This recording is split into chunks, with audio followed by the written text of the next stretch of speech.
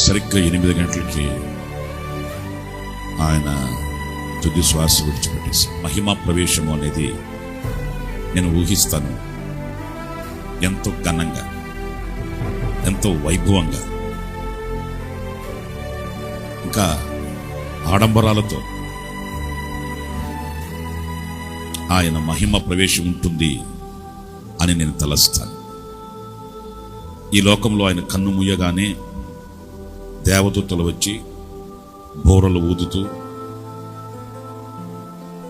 ప్రతిగానాలు చేస్తూ ఆడంబరాలతో ఆయనను పరలోకానికి తీసుకుని వెళ్ళి ఉంటారు, విశ్రాంతులకు తీసుకుని వెళ్ళి ఉంటారు.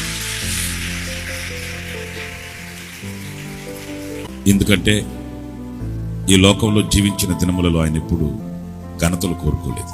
ఈ లోకంలో జీవించిన రోజుల్లో ఎప్పుడు ఆయన సన్మానాలు కోరుకోలేదు. నాకు తెలుసు, నేను ఆయనతో తిరిగినాను, ఆయన పాద పరిచర్య చేశాను.